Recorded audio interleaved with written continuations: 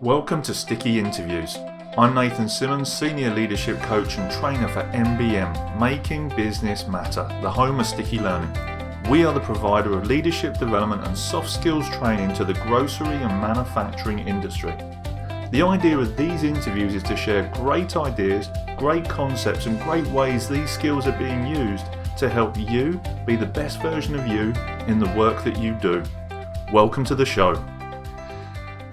Today I am speaking with an interesting, exceptional and very focused individual. I've seen some of his posts on LinkedIn, I've seen the interviews on the BBC News, and I had to reach out and have a conversation with this gentleman about his work, what he's doing right now in the midst of COVID-19. If we're in the middle of it, the beginning of it, the end of it, I have no idea.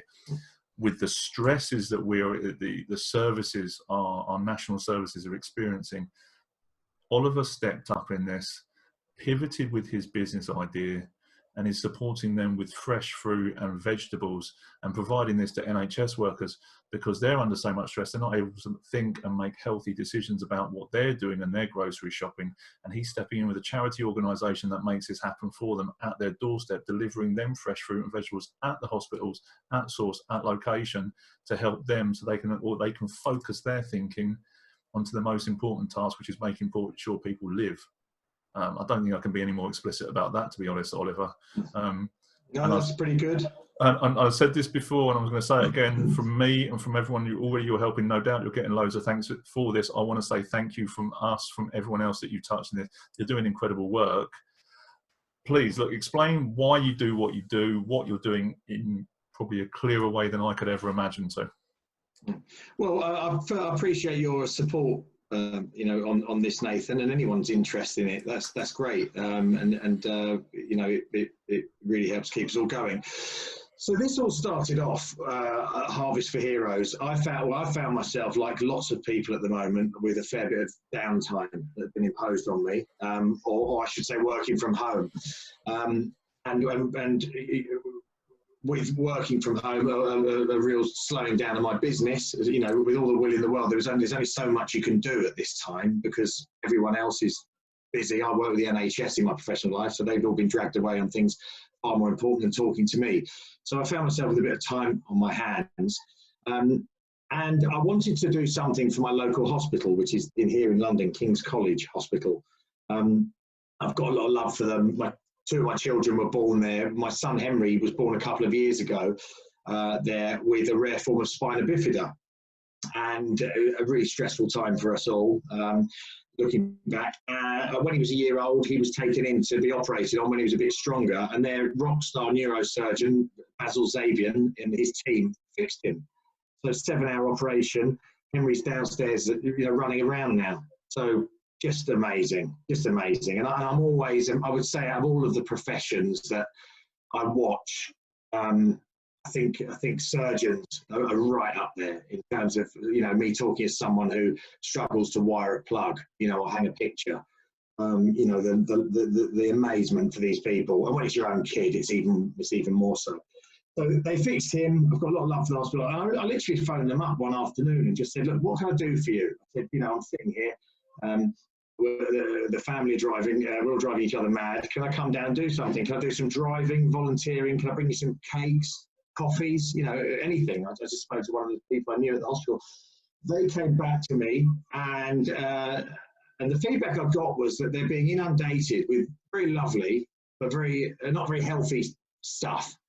So they they were overdosing on Greggs and donuts and stuff like this, which is all well and good. But they said what they were short of was general fresh produce, fruit, vegetables, and general groceries. And that was, if I was going to, make a contribution of some kind, then that would be very much welcomed. In my ignorance, I said, well, how does that work? Where are you going to cook all the stuff? You're not cooking there. And they quite rightly pointed out that it was after the long, laborious shifts for the frontline doctors, nurses, and anyone else, just to have some stuff to take home with them. We all saw the crying nurse on TV the other day that, couldn't get any groceries. They finish at all sorts of hours. So that was the thinking. I got a tap on the shoulder from Rachel, my partner, who said to me, we've just got one of these lovely fruit and veg boxes from New Covent Garden Market. where all of the traders are sitting around because the restaurants, pubs and hotels are shut. So they're now trying to keep their businesses alive by directing it into people's homes. And we had this lovely box of produce. Why don't you send them one of those down? So that's what kicked it off, really. I then remembered that I had a friend who I worked with some time ago, Darren Burrows, who him and his father had worked in New Covent Garden Market, the biggest, fruit and veg market in the UK. So a couple of generations there. And I phoned him up and I said, look, have you got any ideas around this? I see a demand there. I want to do a good thing, but I just don't know how any of this works. And I also reached out to a couple of suppliers, some who were more enthusiastic than others. Some I had said chase and some who came back to me. Anyway, Darren knew lots of people in the market. And I basically said, well, go away and see what the most fresh fruit and veg and provisions that you can get in a box for the lowest amount of money is. And he went off and did that. And I thought of a name that afternoon, Harvest for Heroes, which I do. That's one of the things I pat myself on the back for. I think it's got quite a ring to it. And I sort of got a Zoom thing going. I roped a few mates in. So I've got Darren on a Zoom, and I got the chap that's doing the website for our business at the moment on there. And I got a friend of mine who'd worked for Facebook and another chap who was a management consultant who were also had loads of time on their hands like me. And I just thought I'd get a few brains together and give them my idea and see what they think. I was used to talking to hospitals all day. Darren's used to fruit and veg. Some of them are more au fait than me with social media. And the chap with the website and branding, he was really keen because he said, I'd love to get involved in a project like this. This is what I want, And we were all loving to get involved in a project that doesn't make us any money, but has got this feel-good factor. That's what was great about this. I've run the marathon for charity and raised a few quid for bowel cancer and done a few things, but I've never done anything like this. I'm not a serial, fundraiser. But I think looking at everyone's pictures on Zoom, I've never seen everyone so excited about something that wasn't a massive commercial venture for us all.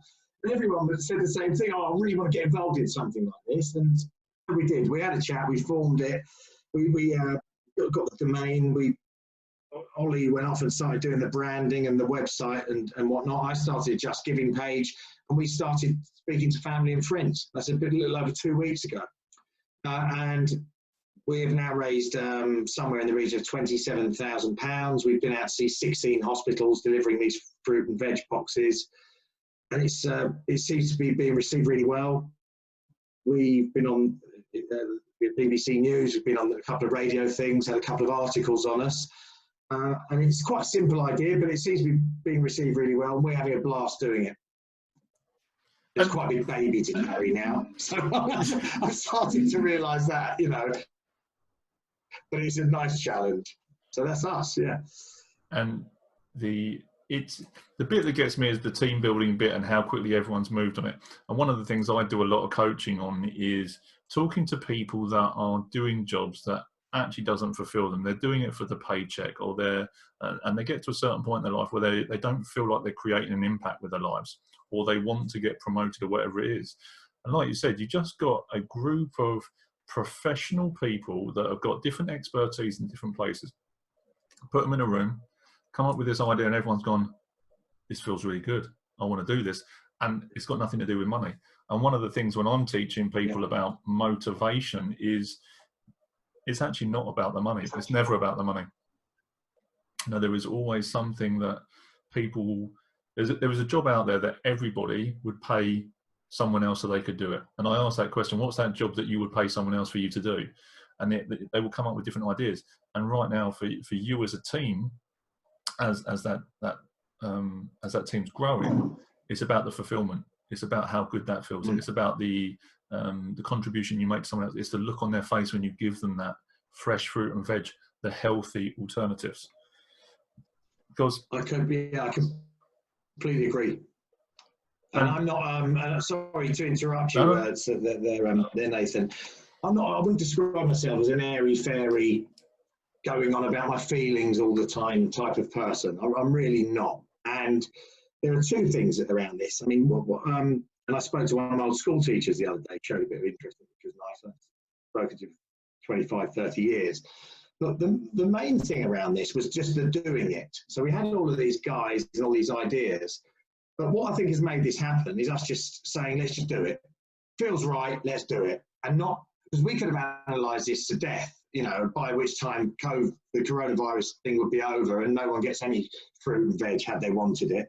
And we could have discussed every little nuance of this. And I'm a bit of a, unless it's right, you know, it bugs me. And no, let's not send that email yet until we've spoken to everyone we need to speak to and got everyone's input.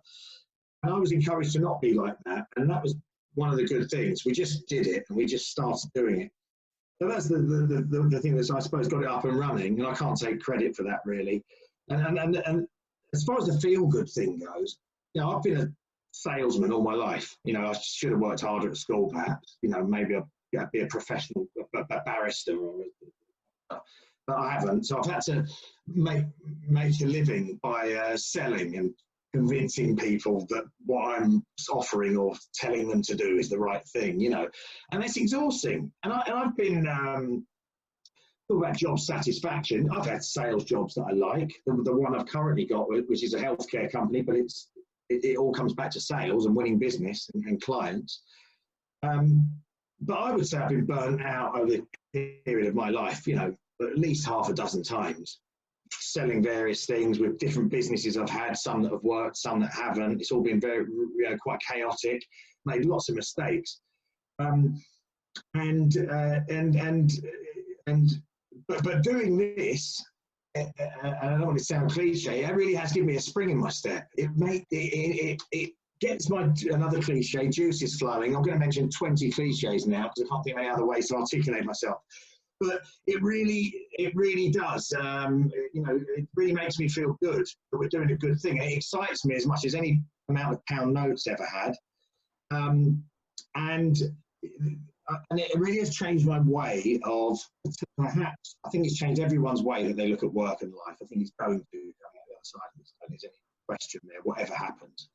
But it's made me put more emphasis on, my emphasis on other areas of what I really care about. And whether that's going to be a good thing or a bad thing, whether it means I'm going to take my foot off the gas in some way, or I'm not going to be the killer salesman that maybe I thought I was once, maybe, or my suspicions are that, you know, the just in 2 weeks, the conversations I've had doing this and the communication and the love, if you want to use that word, is far more valuable than, you know, 5,000 cold calls. Both the way I look at it and by results and relationships made. Sorry, but but as you're saying that is, you and I have led certain kinds of life, and all our experiences have led us to this moment. You can't, you know, everything that's happened before has led up to a moment, and every thought leads up to a decision being made.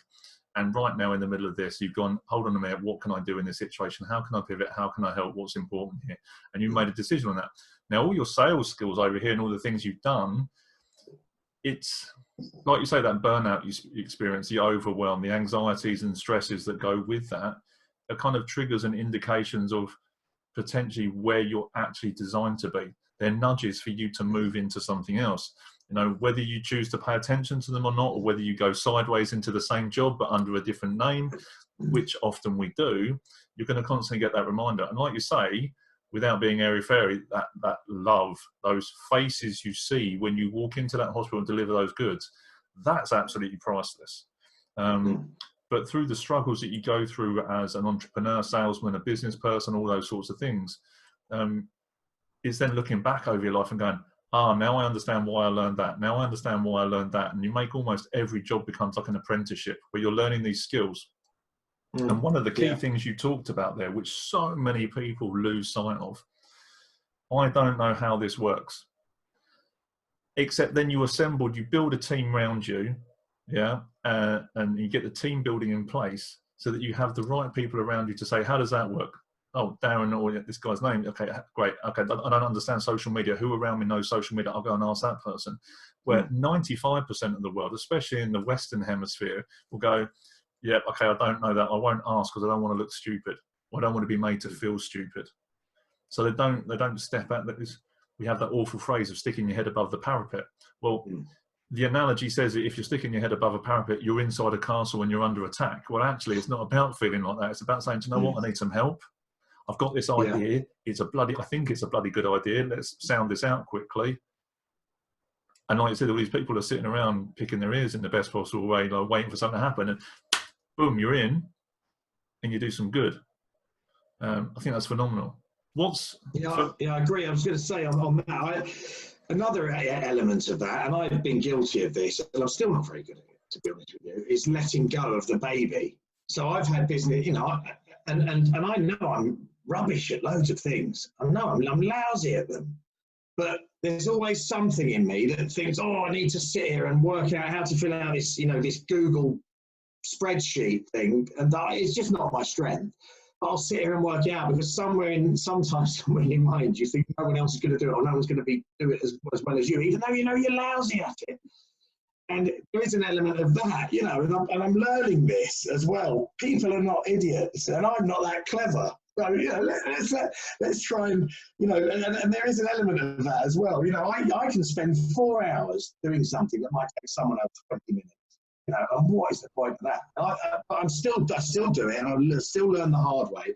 But you do have to, and it all comes back to your thing about team building. You do have to play to your strengths and give other people the credit that they're going to be able to pick the ball up. And I'm learning that. And sometimes there's no reason for me to do it. Not because I think I'm better than anyone or I'm selfish or I want to guard things. I think it's just a habit sometimes, isn't it? And I find myself sometimes muddling through things and thinking, oh, what am I doing? And then you pick the phone up and make one call and the world's light again, and everyone's, having a lovely time. But yeah, there is that. And do you know what, in this conversation, I have to say, I love your brutal honesty about yourself about this and your brutal honesty about, the frustrations that you experience as a leader, as a business person, in this environment. But also that honesty of picking up the phone and getting someone else involved.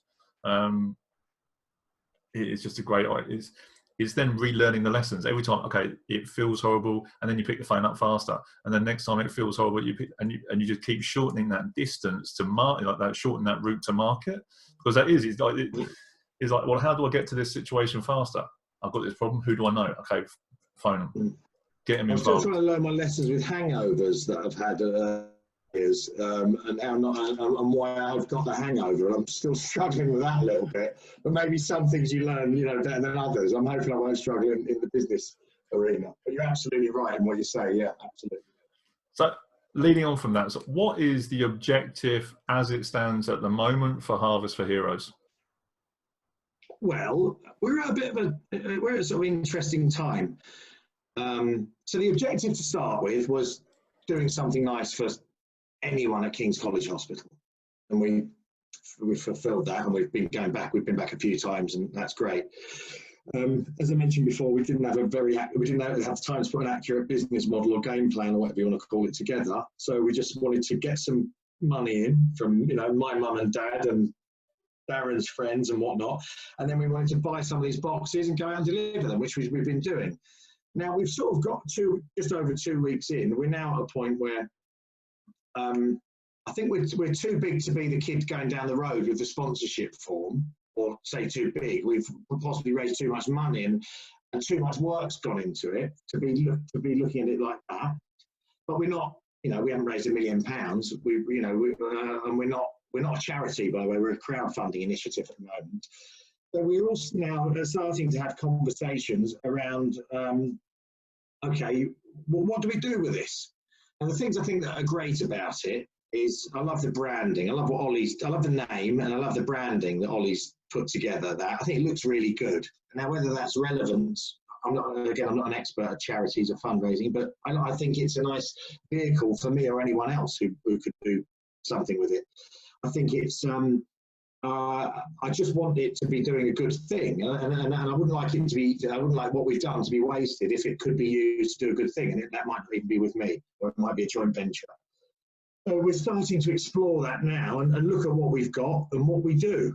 And it's sometimes you have more time to do various things. So sometimes all efforts have to be on speaking to hospitals, getting their interest, and going and seeing them, talking to the Covent Garden Market and van drivers and so on, and then you know, we seem to have had a bit of an up and down. We raised loads of money, and then we went out and got some boxes out and so on. And then I spoke, and it was so well received. But then sort of inquiries dried up a bit, or I spoke to maybe a couple of hospitals that were really grateful, but they sort of said, oh, we didn't have anywhere to store this. And I went a bit flat. And then I started to think, oh, we've got loads of money in the bank, but do the people really want what we're doing? Am I having to sell this stuff into places with all this money? And that's what business is like. It's a bit like this, you know. Particularly in sales, you have a really good week, and you think you're Richard Branson, or maybe they're better examples at the moment. But you think you're absolutely on fire, and your business is worth billions of pounds. And then you have a lousy week, and you think, I wouldn't be able to give this away.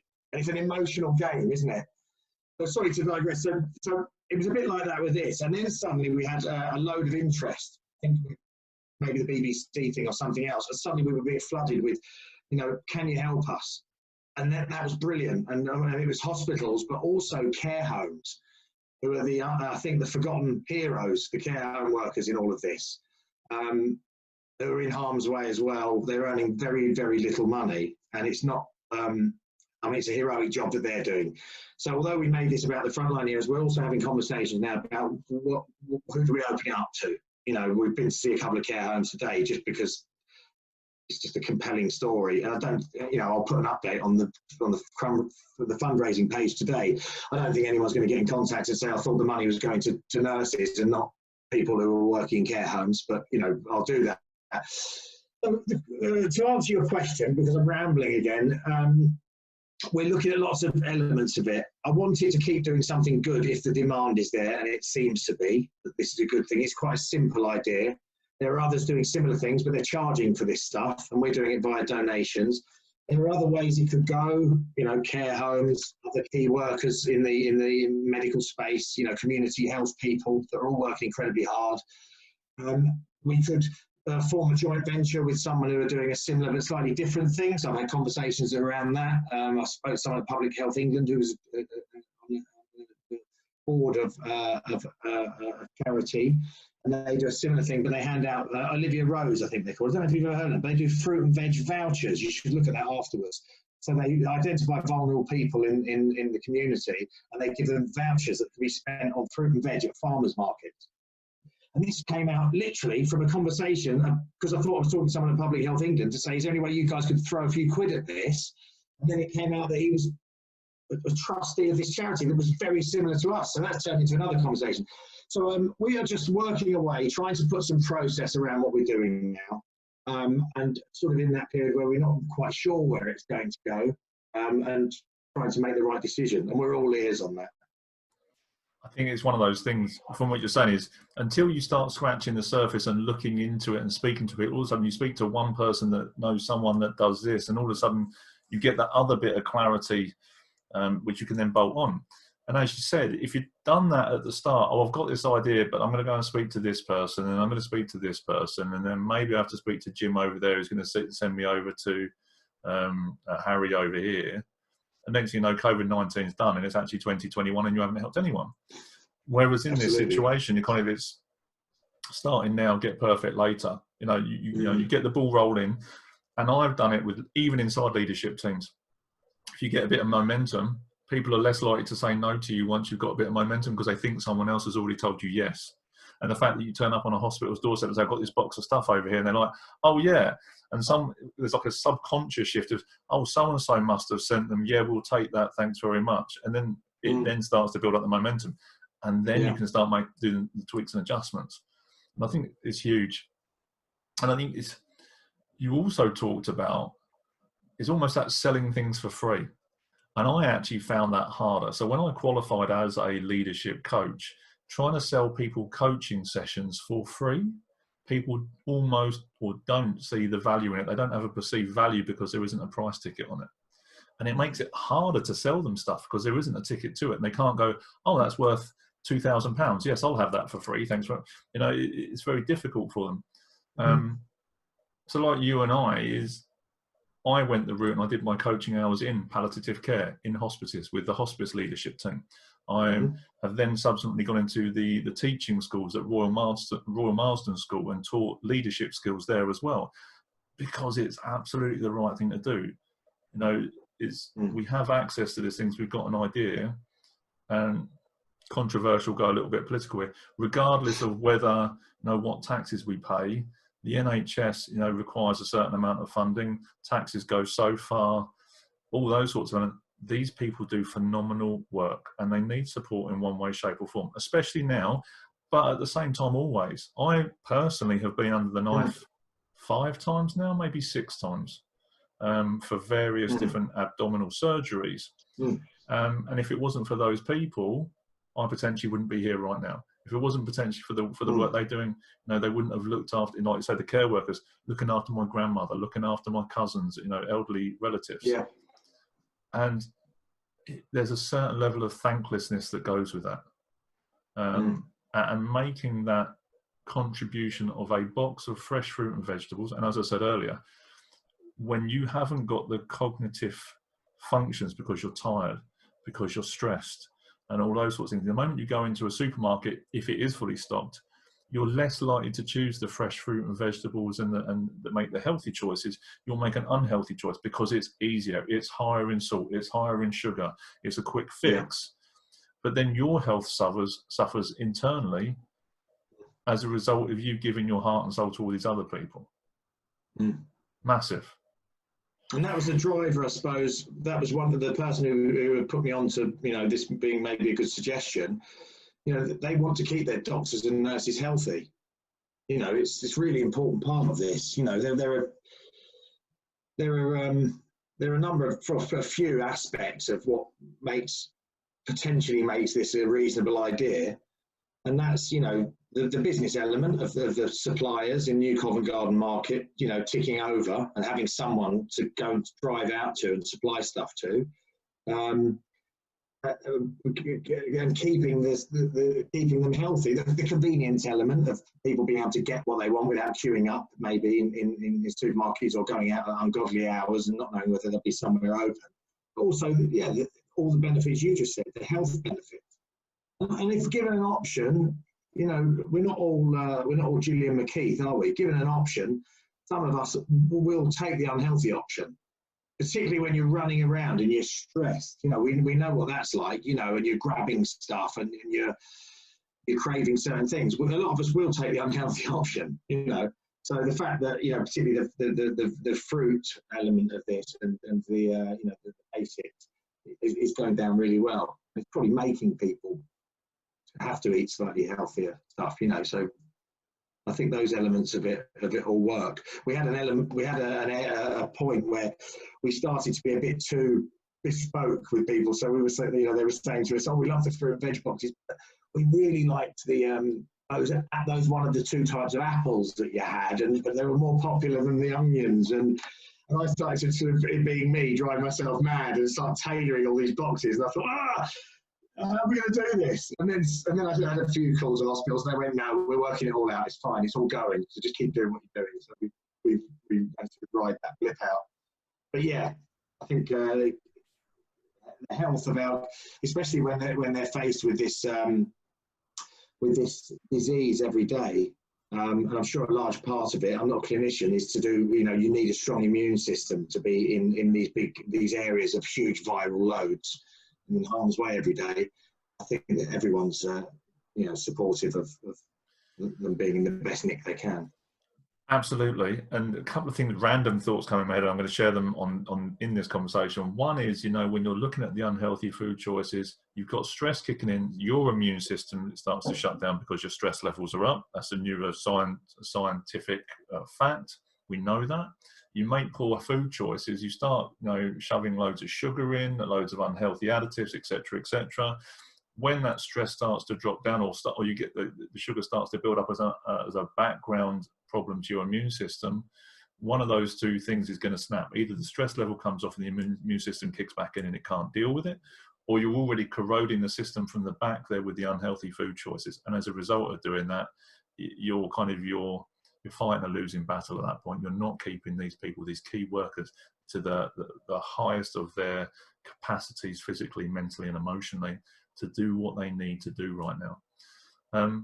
The other random thought that popped into my head is Riverford. We have a Riverford box. So let's be honest, there's a few of us that use the veg boxes and get meat supply from them. They do phenomenal little recipes that go out with the boxes once a week or whatever. Like you say, it's almost ridiculous that you kind of have to force or strong arm someone to make a healthy food choice. But you almost want to make it as easy as possible, and maybe have someone provide a recipe that maybe covers 2 or 3 of the ingredients in your box. So when they get it, it's just like, oh, there's even a recipe that tells me what to do, because actually I don't want to think about this right now. Yeah, absolutely. Yeah. And there's other avenues that can, like, that spur off of that as a tangent. Phenomenal. I think it's hugely important. It's hugely needed, regardless of what's going on politically, economically. These people are doing great work now, before, afterwards. We know that, you and I, for various different reasons, and they're super important. That's another thing, actually, Nathan. Is there another conversation we've been having around this, which you just touched on? Is there life for this? Is there life, and how, and what does that look like for this enterprise after coronavirus? Whether that's in a week or 6 months or a year, where do we take it after this? And I think. So we've all had differing opinions on this. One of my friends said, well, I can't see how people, with all the charitable organisations around, I'm not sure if when we come through this, people are going to be particularly inspired by buying fruit and veg for doctors and nurses. Not that it's not a nice thing to do. But I've heard other differing opinions, of which I'm sure yours will be one of them, which is it's absolutely needed, and they're still doing this job, and they're still doing what they're doing, and it does need a push. And so that's another question. How, although it was coronavirus that kicked this off, how dependent, if you want to, it sounds like a business then, how dependent is its lifespan on coronavirus, or what do we then pivot into again? If there is a good thing to be done and when it can be used, what do we do with that? I think it's one of those. It's one of those things. You look at the business model as it is, and I think this is a different conversation. But there is always a crisis for businesses. 12 weeks ago they had a crisis in the UK, wherever. 6 months ago, every business had a crisis going on. 6 months from now, there'll be another crisis going on. And it might not be that you're looking for harvest for heroes. It may not be that actually in 6 months' time it's nurses. Maybe it's firefighters in a certain district or certain area dealing with the situation. You look at Australia with the bushfires that happened this year. They've unprecedented bushfires. These guys need support. And it might be that harvest for heroes isn't just about nurses. It's actually funneling those support to the people that are under the most stress, that are giving us the highest level of protection at that point in time. Yeah. Because we as a, not even a nation, as a community, need to band together to support these people, because they're trying to do things that we, not even in our wildest dreams, would want to do. Yeah, absolutely. Categorically. Makes me want to cry, because I've got friends that are in fire services in Australia, in these sorts of areas. They put themselves under immense amount of stress. And you know what? I'm in awe of what they do, because they do stuff that I would, romantically think that I would like to do. But you know what? Not a chance. Not a effing chance. Couldn't agree more. Amazing. So look, I want to get into some team building stuff and talking about team building ideas, because this is kind of soft skill. I don't think there's a soft skill about it. You've focused your unique superpower, which we've talked about, into this, and you brought these people together in phenomenal ways. And we're talking about teamwork examples and team building. What do you think are the qualities of good teamwork?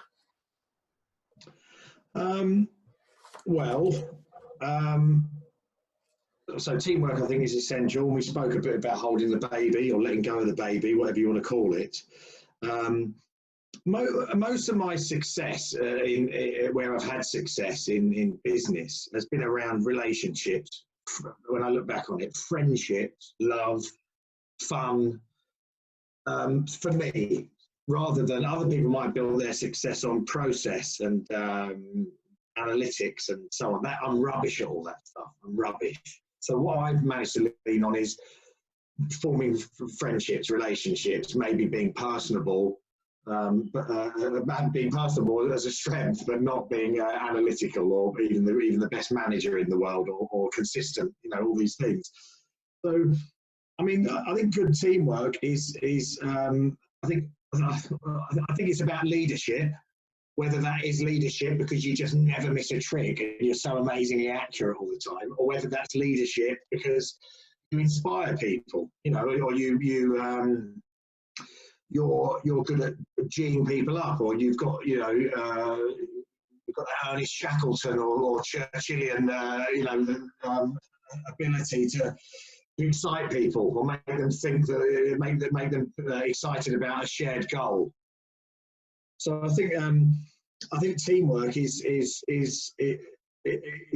number of things. For me, it's understanding that you need a team in the first place, and you need to let go, and you can't do it all yourself.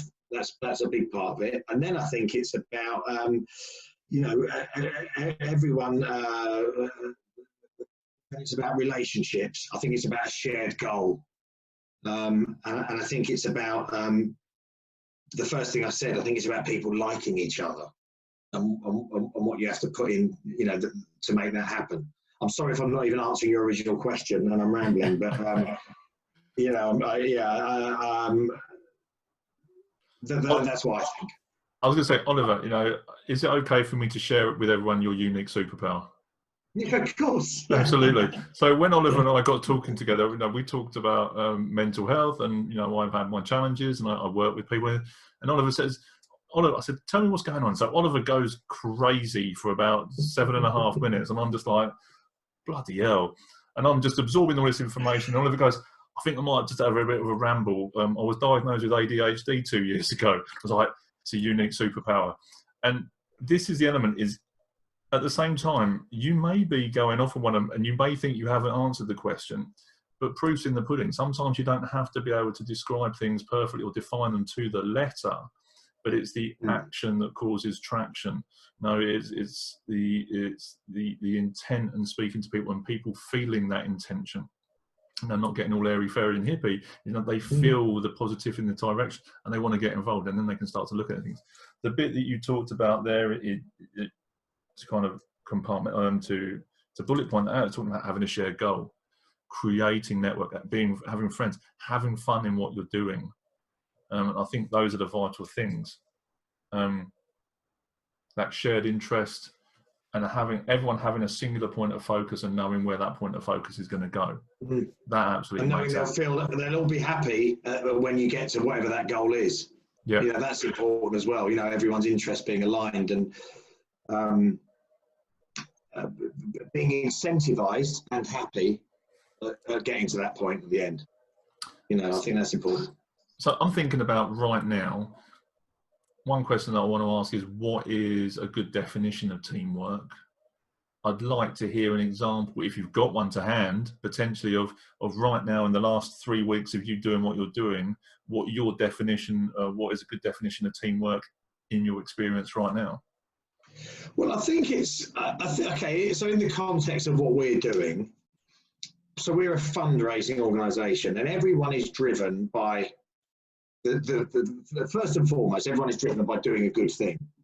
But then there's other things over and above that, which are possibly driving people, and that's fine as far as I'm concerned. So I said to you, Ollie, said I'd love to get involved in a project like this because he's used to building websites in a commercial way and getting paid, and actually for his own self-development and maybe for the perception of his business, it's a good thing and it helps all round, you know. So he's driven by that. They're the things that are driving him. What a great case study to have with this, and we got on the BBC and we did it to help the NHS. There's no money involved. That's good. It makes him feel good and it looks good.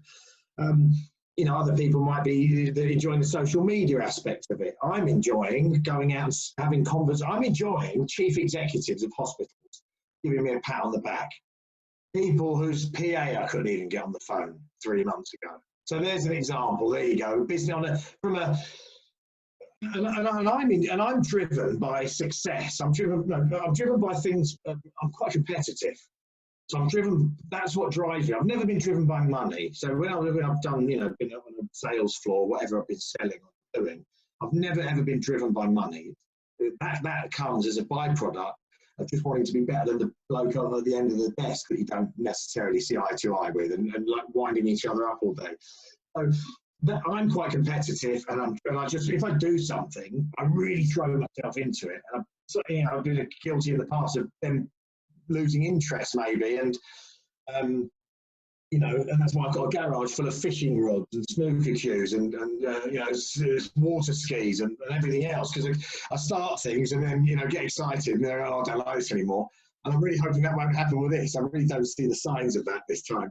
But I'm driven by it being a success. So even though it's a fundraising thing, that's the little thing that's keeping me going. If you're going to do it, get a fundraising competition. But let's make it a success. Let's get loads of money in and let's go out and see loads of hospitals. Get as many happy pictures as we can along the way. If it stops next week, what a great thing. So to bring that back to teamwork, definition of teamwork, I think it's everyone in our thing being motivated enough to be on the journey in the first place. And we're all good people. We all think it's a nice thing to do. But, some people, if they've got a load of work, from their personal life, and business life, and they're relying on feeding their kids, there needs to be something that makes them interested or invested in this, other than it just being a nice thing to do. And everyone's got their own little thing. So I might be ultra competitive, as I say. Ollie might think it's a wonderful thing to have got behind. Another chap might have a different opinion. But I think teamwork is about a shared goal, and everyone having their reasons for getting there, being incentivized and being just as happy when you get there, and being motivated enough on that journey to stay on the journey to get to the bloody goal in the first place. I think for me, as you're saying that, I'm starting to realise, and I know this from working sales environments, numbers are numbers. If you chase numbers, you're chasing a losing game, because numbers are infinite. You're never going to get, it's the emotion that you actually get from getting there. It's not about achieving the goal. It's about the emotion you feel when you get there, whether it's the success of competitiveness, whether it's, but it's the same energy that you get from getting to the CEO to sell them a box of veg, which you're getting for charity, as it is, winning a competition on the sales floor. It's just that one of those has a slightly more nutritious backing to it. One's a sugar hit, and one's a decent set of healthy vitamins and minerals and needed supplements. And it's then working out which one do you want to channel your energy into, so you can continue that momentum on. I totally agree. And just one last point on that, Nathan. About your point about numbers, whether that's sales numbers or pound notes, whatever that is, it doesn't, and I'm really learning that. It's the biggest thing that's come from this, that I'm really realizing that it just feels better to be doing something like this. And I'm starting to look at it, and you look at some people who've built successful businesses, and they've done it in a beard and a scruffy old pair of shorts, and they've done it with love, and they've done it with relationships, and they've done it by being a good thing and being driven in a certain way. And I'm not that person, and I haven't always been that person. I'm taking steps in that direction because of this. And then you've got the sharp, hard nose, greed is good, money never sleeps, and all that nonsense, or not nonsense, because it does anyway. And I've always looked at the sort of things, and we'd all rather be the chilled out, calm guy that doesn't bite his nails, that's made his billions that way. And I don't think anyone makes it any one way. You're the expert in this stuff, But, some even the nicest people in the world have been ruthless, I'm sure, in business. The nicest people.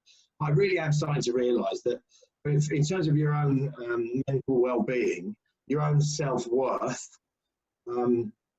your own desire for feel-good vibes that maybe just haven't been around for a lot of your life. I'm starting to see that there is a way that you can actually throw the financial forecasts out the window, and you can just start doing a good thing.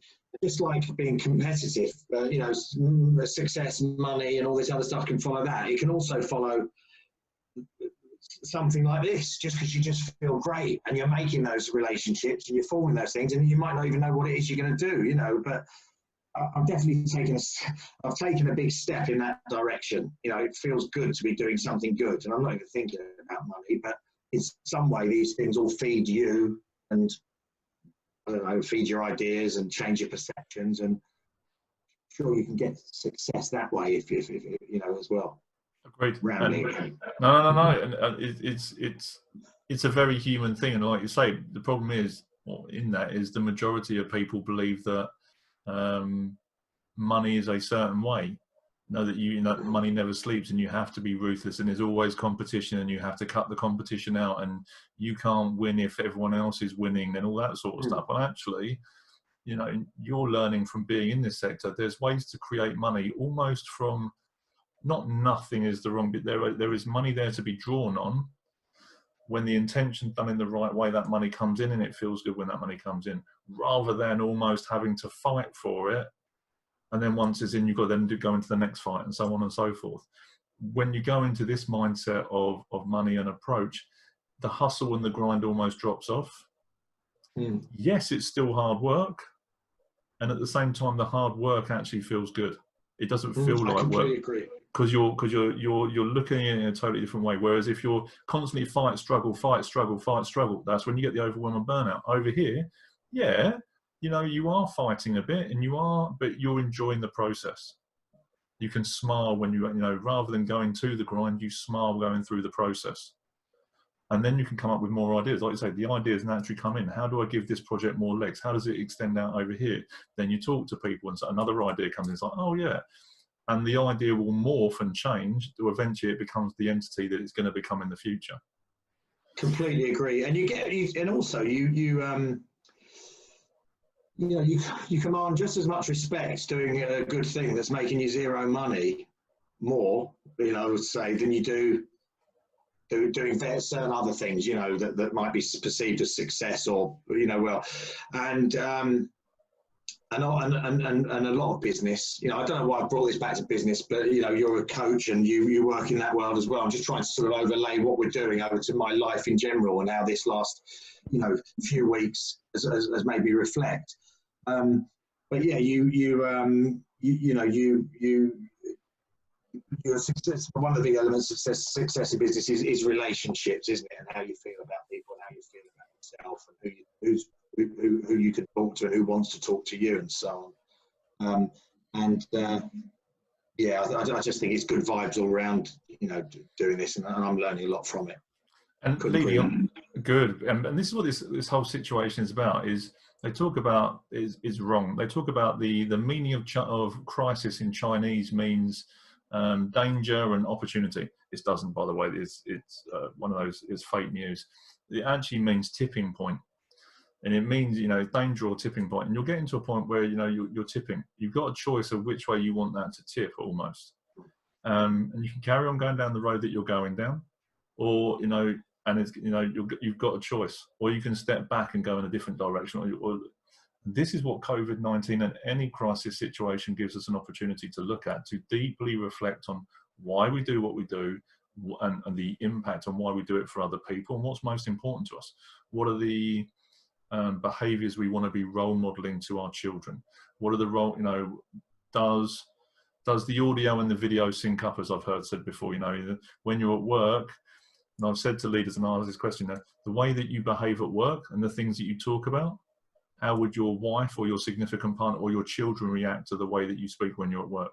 Now, if those two things don't match up, there's something inherently wrong. Like, and it might be a small detail, but then when you look at this, well, actually, what do I want to do with this? Actually, I want to do this thing, and it's Harvest for Heroes because it does this and it feels like this. Oh, now it's a different. Now you've seen what's possible because you've had an opportunity to deeply reflect, look at what's out there in the world, and now you've seen this potentiality, and all of a sudden it started moving, and all of a sudden you're potentially in that place of, oh shit, it's a thing, and I can do this, and then then it almost becomes a necessity. It's not a maybe at this point. It's like actually I can see how far this can go. I can see the potential in this. Yes, it's big. Yes, it's scary. And at the same time, yes, it's very exciting. And it would be remiss of me not to move towards that in some way, shape or form, because it's not about you anymore. It's about everybody else that gets one of those boxes. I'm gonna start crying. I'll start crying if I carry on down this road. You know, are you an easy crier, Nathan, like me? I a little bit, but it's when you get into the depth of those sorts of goals and things, that's when the emotion comes up, because the goal becomes emotionally engaging and it becomes magnetic, and you can, and you know full well from the last 3 weeks of going to a hospital, and you can see the looks on people's faces when you do what you do when you're at your fundamental best. And that's, you're right. I'm an easy crier as well, and it's funny. I was talking about these care homes. Sorry for digressing a bit, but I was talking about these. I got a lovely message over the weekend about how about care homes. I've got about 5 workers, and this lady said, you know, her mum had died in a hospital. Her dad had died in Medway Hospital, which was one of the ones we visited not far from you. And they weren't allowed in to see the dad. And the mum was in a nursing home. So the dad was 91, good innings, you know, but the mum was 96. So none of them were allowed. I think that's the saddest thing about coronavirus. You know, none of them, you know, you can't see your loved ones. You can't be there at the end. I mean, it's just terrible. It's so sad. And obviously then they had to break the news to the 96-year-old mum, you know, over the phone. And I think that's the saddest thing about all of this. It's just, you know, when people are telling you stories like that, it does touch you emotionally. It certainly does touch me emotionally anyway. And I'm an easy crier anyway. We just went outside to sing happy birthday to a bloke who's 91 because he can't get out. And so I'll send you a video after this, but his carers open the window and Rachel brings in, you know, bread and bits and bobs. And we got the whole street came out and sang happy birthday to him. And it was quite, I'll send you a video of it. And then one of the neighbours I'd never met before, a couple of doors along, then started to tell me about her kids. She had a son called Ollie who died in a car crash. And I don't want to get too heavy here, but I'm just trying to, you know, talk about community and all the stuff that feeds into this and might make you cry sometimes and so on. And she was sort of saying, it's lovely to meet you, and you would have been my age. And honestly, it was the hairs on, like, the goosebumps all over me. And it was lovely. And if that's a snapshot of how being engaging, you know, I said, go and get a picture of him. She ran into her house and came out with a picture of him. I said, I think I recognise him maybe from when we were younger, from the local pub. But it's that stuff. None of this is anything to do with business, which is where most of my focus has gone on in my life. But it's this stuff that touches you inside, you know, and even if every business collapsed and everything, you know, if you're operating in this way, or if you're getting more of this, whatever this is, all this stuff, you know, if you're getting more of it, I think, you know, I think it goes a long way to sort of assuaging whatever else is going on or collapsing around you, or business stuff is going on. I mean, it's a free-for-all at the moment. None of us know whether we've got a job, a business that's going to generate any money, whatever. Yeah. But that other stuff is hugely important, to me anyway, you know. And that was like, because you said you're an easy crier, but obviously to you too, you know. But I think this is a human thing, and I think that COVID-19 is bringing about that humanity into what we do. And that's important. Yeah, you digress, but this is where we're going with businesses. This is how we need to operate more as businesses, small, medium, and large enterprises. You picked up on two things. So my question now was going to be, what are the 3 most important things needed for effective teamwork in the workplace? You've already ticked one of them. It's relationships, for me personally. The other one was it's engaging. You know, like you say, going out in the back garden and singing happy birthday to a 91-year-old, it's engaging. What's the one other thing then that is needed for effective teamwork in the workplace? I would probably think it's admitting your weaknesses. I know we touched on it earlier on, but be openness in terms of admitting your weaknesses and being available to support other people's weaknesses. You know, I was going to say that's lovely. Yeah, I was going to say that's lovely in itself. I mean, that in a nutshell is absolutely perfect. Because I've had, you know, I've had run-ins. I've had. I need to admit my weaknesses more. You know, my process and things like that have never been my strengths, and And I've sort of, you know, in business in the past, maybe I've butted heads with people, you know, and one of the problems where the teamwork has completely broken down, is there's nothing wrong. Yeah, I've got talents and they've got talents, but I'm saying I do this and that, and I do this, and they're saying, well, we do this and that, and you're doing that, and there's a complete. You can have a complete. You almost feel you could, you know, hire a marriage counsellor sometime for business, where someone just comes in and goes, look, you're really good at what you do, and you're really good at what you do, and you don't need to be beating this person up all the time, or justifying their place here. You know, you go and do that, and you go and do that, and you don't touch that. And I think sometimes things can break down in business and teamwork as a result of that, you know. So I think that's important. Nice. Relationships, engaging, admitting your weaknesses, and also supporting other people in their weaknesses and bringing that together. Nice. Final couple of questions for me. Yeah. Whose help and support do you need right now to get this message out even further? For Harvest for Heroes, I think it's difficult because we're in a time now where there are a lot of fundraising initiatives going on. We've all had our arse handed to us by our lovely old military chap. Tom, what's his name? Tom Moore. Tom. Yes. I mean, wow. If you're going to get your arse whooped in charity wars, then you want it to be by Commander Tom, don't you? I mean, it's phenomenal. So, I mean, what do we want to do with it now? Well, if people believe, and you seem to, that this is a good thing that we're doing, or there is a need, and I am really believing that more and more every day now, having had my blip, which I was honest about, it comes down to raising money. I think that's where my focus is at the moment, because I'm speaking to more and more people, be it care homes, other hospitals. We're now we're going national. So we're delivering on Friday. We're going to Rotherham, Manchester, Southport, Ormskirk, Preston, and Calderdale, and Huddersfield. So I'm going to go up there and get in the car and go around with the lorry and shake hands with all these people. It's going to be a long old day, but that's what we're going to do.